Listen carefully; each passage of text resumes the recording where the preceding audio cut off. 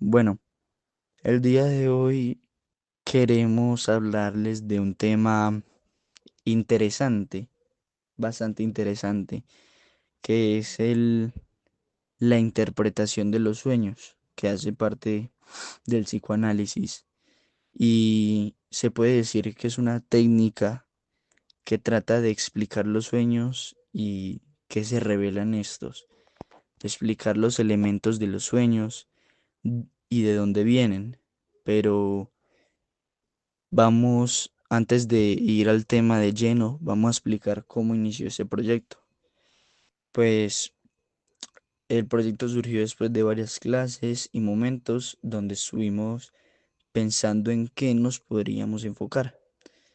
Em, Pasamos por varios temas, por varias ideas que fueron descartadas con el tiempo. En un principio queríamos enfocarnos en la vida del Marqués de Sade, quién era, qué hacía, qué reveló en sus obras y cómo pensaba. Otra idea que tuvimos fue estudiar el sadismo no en torno a su creador, sino como concepto. Em, y finalmente, la última idea que tuvimos fue estudiar la fenomenología de un narcotraficante y intentar entender qué preguntas se hace, cómo se siente su día a día, por qué, por qué eligió su trabajo, por así decirlo, y qué siente o qué piensa al saber que es constantemente perseguido. Finalmente se fueron descartando con el tiempo. Primero la vida del Marqués de Sade porque propone una obra muy fuerte que se enfoca en el naturalismo radical y con este naturalismo justifica todo, que todo está permitido y tiene un enfoque, la obra del Marqués de Sade tiene un enfoque en el erotismo extremo, en la crueldad y en el placer y lo, lo enfoca en la violencia, el dolor y la dominación. La idea de la fenomenología del narcotraficante la terminamos descartando principalmente porque consideramos que tiene una relación muy débil con la filosofía, además de que las fuentes de información son muy limitadas. Y entre el concepto del sadismo y la interpretación de los sueños, nos pareció más interesante este último, porque los sueños son algo del día a día, son algo común que todos vivimos y que generalmente pasa seguido. Ya una vez tuvimos elegido el tema, desarrollamos nuestra pregunta que es cómo interactúan la conciencia y el inconsciente en la formación y análisis de los sueños en Freud. Bueno, durante la investigación tuvimos algunos obstáculos, más que todo de creatividad y, y de interpretación. Por ejemplo, fue difícil interpretar los conceptos de conciencia e inconsciencia y mm, además de interpretarlos, simplificarlos junto con algunas de las ideas de los textos de Freud para que fueran fáciles realmente de entender. Bueno, finalmente el proyecto lo vamos a desarrollar en tres entregables. El primero donde definimos los conceptos principales. El segundo donde hacemos una comparación entre el psicoanálisis y otras corrientes que estudian el cerebro y el pensamiento. Y el tercero donde explicamos los sueños, características y algunos métodos que explica Freud para condensar o interpretar estos mismos. Lo primero, los conceptos fundamentales. Para desarrollar este primer entregable, consultamos la definición de conciencia e inconsciencia. Em, los definimos con ayuda del diccionario de filosofía de José Ferrater Mora y finalmente hicimos dos párrafos, uno de introducción y un corto párrafo de relación entre estos dos conceptos y el libro de Sigmund Freud de la interpretación de los sueños. La definición de conciencia. El término conciencia tiene en español por lo menos dos sentidos. Uno, percatación de reconocimiento de algo, sea exterior, como un objeto, cualidad o situación, sea interior, como las modificaciones experimentadas por el propio yo. Y dos, conocimiento del bien y el mal. El sentido 2 podríamos expresarlo más propiamente por el medio de la expresión conciencia moral. Segundo, definición de inconsciencia. Ferrater Mura define el concepto de inconsciencia diciendo, se llama inconsciente a lo que no ha penetrado o acaso no pueda penetrar en el campo de la conciencia, y dos, a lo que carece de conciencia. En el primer caso se habla de un hecho inconsciente, de un estado inconsciente. En el segundo, de un ser inconsciente. La parte más considerable de la vida anímica se desenvuelve en lo inconsciente, ya sea ejerciendo una constante presión sobre la conciencia, la cual censura o no los actos, ya sea determinando la conciencia misma sin que ésta lo advierta. Las relaciones entre lo inconsciente, lo subconsciente y la conciencia determinan de este modo el perfil general de la vida psíquica. Finalmente, para terminar con ese entregable, podemos concluir que en el libro de la interpretación de los sueños, Freud muestra que la conciencia y el inconsciente están conectados, aunque los sueños normalmente parecen confusos, sin sentido o significado, son expresiones disfrazadas de deseos o pensamientos provenientes desde el inconsciente. Durante el sueño, la conciencia da paso a estos pensamientos, por así decirlo, reprimidos, para que estos salgan a la luz. Y es por eso que el inconsciente no está realmente separado de la conciencia, sino que se completan mutuamente. Lo que no decimos, aceptamos o negamos mientras estamos despiertos puede en ocasiones llegar a manifestarse mientras estamos dormidos.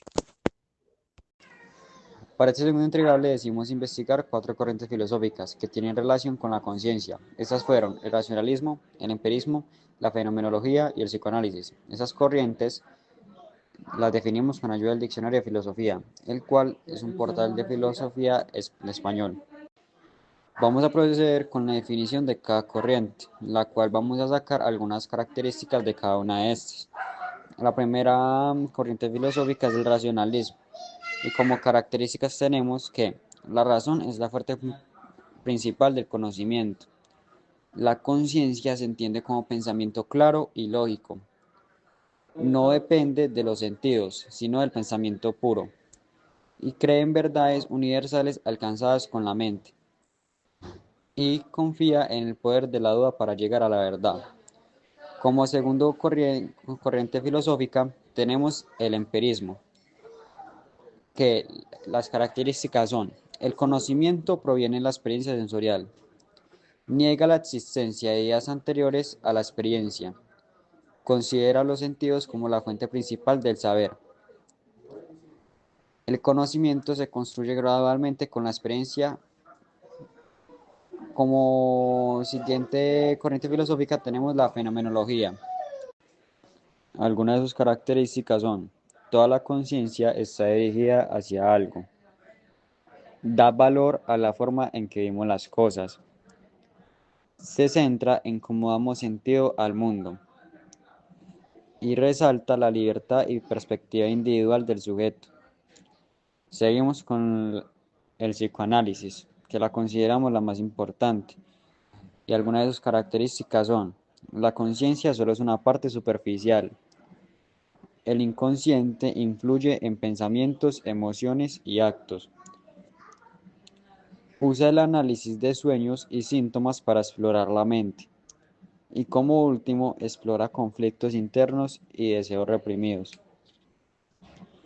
Gracias a estas investigaciones aprendimos que las corrientes filosóficas como el racionalismo, el empirismo y la fenomenología fueron un paso previo para entender la conciencia, pero ninguna profundizó en el mundo del inconsciente.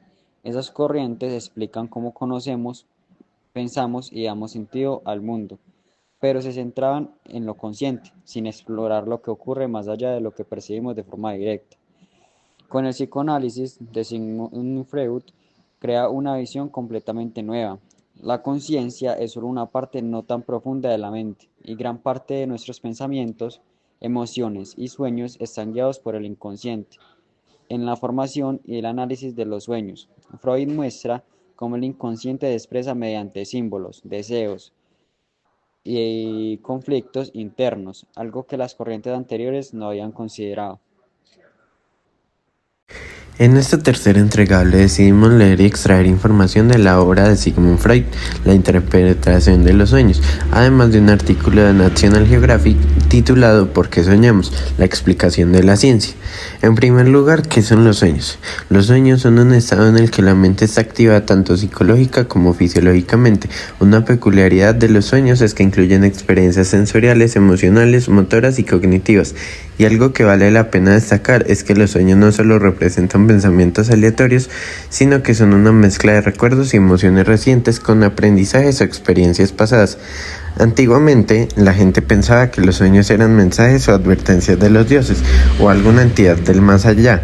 Hipócrates propuso que podían reflejar el estado del cuerpo y representar enfermedades. Freud trajo una nueva visión, ayudando a entender que los sueños podían formar parte del inconsciente, y en el siglo XX los estudios científicos ayudaron a entender mejor los sueños, trayendo los conceptos de REM o movimientos oculares rápidos y NREM, o sea, sin movimientos oculares rápidos, diferenciándose en que los sueños de la fase REM son más vívidos e involucran emociones más fuertes. Los sueños según Freud. Según Freud, los sueños son la manera en la que el inconsciente se expresa, aunque no lo hace de manera directa, sino que se expresa de una forma simbólica y a menudo confusa. Freud define dos tipos de contenido en los sueños: el contenido manifiesto, que es todo lo que recordamos al despertar, generalmente expresado en algunas imágenes o relatos, y el contenido latente, que es el verdadero significado del sueño. Está compuesto por deseos, emociones y recuerdos reprimidos. Freud desarrolló el método de asociación libre para acceder al contenido latente de los sueños. Este método consiste en que el paciente exprese todo lo que recuerda del sueño, por más absurdo o insignificante que parezca, sin filtrar ni censurar nada. Los sueños requieren de una interpretación debido a la censura onírica, que es un mecanismo que actúa para proteger la conciencia del contenido perturbador del inconsciente. Gracias a esta censura, el contenido de los sueños se disfraza. Precisamente por eso se dice que los sueños necesitan ser interpretados. Si la censura es débil, el contenido latente puede llegar a causar pesadillas. En tercer momento, métodos de deformación onírica. Existen 3 métodos de deformación contra el sueño. Estos ayudan a entender de manera los sueños y su significado. El primero es la condensación. Este método consiste en que varias ideas o personas o deseos inconscientes se combinan en un solo elemento. Es muy común que en algunos sueños los sentimientos del soñador hacia varias personas se fusionen para formar un solo personaje. El segundo es el desplazamiento. Acá se sustituye el contenido principal por uno indirecto. Generalmente en este tipo de método podríamos decir que es defensivo. Intenta trasladar la intensidad emocional de un pensamiento o idea a un objeto de poca importancia, por lo que en estos sueños es muy importante los detalles por más pequeños que sean. Y por último, el tercero es la representación simbólica. Este método disfraza mediante símbolos, ideas o deseos sexuales. Generalmente aparece una serie de símbolos recurrentes. Los objetos alargados generalmente representan el pene, las cajas, habitaciones o cuevas representan el cuerpo femenino, y el acto de subir y bajar escaleras suele representar el acto sexual. Este proyecto nos dejó como aprendizaje principal una comprensión más profunda de la mente humana, mostrándonos cómo la conciencia y el inconsciente interactúan en nuestra vida cotidiana. Aprendimos que la conciencia es la parte que nos permite darnos cuenta de lo que pensamos, sentimos y hacemos de manera clara y racional, mientras que el inconsciente es un espacio oculto donde guardamos recuerdos, deseos y emociones reprimidas. Freud nos enseñó que en ese mundo el inconsciente influye en nuestros sueños, en nuestros actos e incluso en decisiones que queremos tomar libremente. Entender esto nos hizo reflexionar o ver que gran parte de lo que somos no siempre está bajo de nuestro control consciente y que conocernos implica también reconocer esa parte más profunda y escondida de la mente. Consideramos que este proceso contribuye sobre todo a la construcción de nuestra identidad y a la exploración de lo que somos en lo más profundo. Al estudiar la conciencia y el inconsciente, comprendimos que el ser humano no se reduce a lo que percibe de sí mismo, sino que existe una dimensión oculta que condiciona pensamientos, deseos y reacciones. Esa reflexión nos lleva a reconocernos como seres complejos, en constante tensión entre lo que sabemos de nosotros y de lo que permanece en la sombra. Desde esta mirada, el proyecto no solo nos permitió aprender teorías, sino que nos invitó a un ejercicio de introspección, aceptar que la razón y la voluntad no siempre bastan para definirnos y que nuestra verdadera identidad se teje también en lo inconsciente, en lo simbólico y en lo reprimido. En ese camino, reconocemos que nuestras fortalezas y valores surgen tanto de la claridad de la conciencia como de la riqueza del mundo interior, lo cual nos impulsa a seguir construyéndonos como sujetos más conscientes, libres y auténticos.